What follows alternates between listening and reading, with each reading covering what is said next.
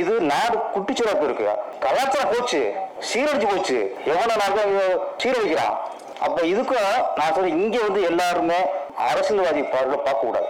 எதிர்கட்சியா இருக்கட்டும், ஆளுங்கட்சியா இருக்கட்டும், உதிர்கட்சியா இருக்கட்டும், புதுசா முளைச்ச கட்சியா இருக்கட்டும், இங்க எல்லாருமே ஒரு நடந்துட்டா இங்க ஒரு பொண்ணுக்கு ஒன்று ஆன உடனே நீங்க அரசியல்வாதியை கொலை கொடுக்கூடாது சார். ஒரு மனுஷனை கொலை கொடுக்கணும் சார், மனுஷனை கொலை கொடுக்கணும், ஆரம்பத்தில் கொலை கொடுக்கணும். அப்பதான் அது தீர்வு வரும். சும்மா அரசு எதுக்கிறதுக்காக கொலை கொடுத்தோம்னா அது ஒரு அர்த்தத்தில் ஊழல் இருக்கு. டாஸ்மாக் கடை திறந்துட்டாங்க, அதை எதிர்க்கலாம். இந்த மாதிரி ரகசியம் மாதிரி சூழல் நடக்குதா, அதுக்கு நம்ம அரசு விரும்பலாம். இந்த பாலியல் பலாத்காரத்துக்கு வந்து யாரும் அரசியல்வாதியா கொலை கொடுக்காம எல்லாரும் மனுஷனா கொலை கொடுத்தா தான் இதுக்கு தீர்வு வரும்.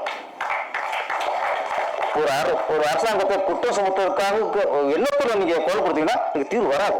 ஒரு வாய்ப்பு கிடைச்சி போச்சு, அரசாங்கத்தை நம்ம கேட்டுருவோம், அதுக்கு கேட்காம இருக்காங்க, அதுக்கு கேட்காம இருக்கலாம். ஒரு பொண்ணு சீரழிச்சாங்கன்னா நமக்கு கோவம் வந்து அட்டியோடு பொங்கி நம்ம கேள்வி வைக்கணும். எல்லாருக்கும் அரசியல் பேசுறது இந்த கோவில் நடந்தது, இது நம்ம அண்ணா நடந்துச்சு, இதுதான் கடைசியா இருக்குன்னு சொன்னோம். அதுக்கப்புறம் ஒரு நடந்துச்சு, இதுதான் கடைசியா இருக்குன்னு சொன்னோம். இப்போ கோவில் நடந்துச்சு, இதுதான் கடைசியா இருக்குன்னு சொல்றோம். கடைசியா நம்ம சொல்றோம், அது தொடர்ந்துட்டு இருக்கு.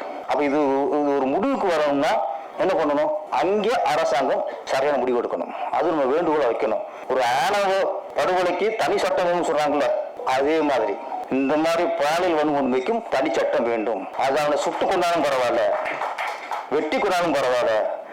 அதுக்கப்புறம் பொண்ணுகளை ஒரு காலம் கை வைக்கும் போது ஏற்கனவே இந்த மாதிரி பண்ணவனுக்கு அந்த தண்டனை புத்தில படணும், கண்ணு முன்னாடி தெரியணும்.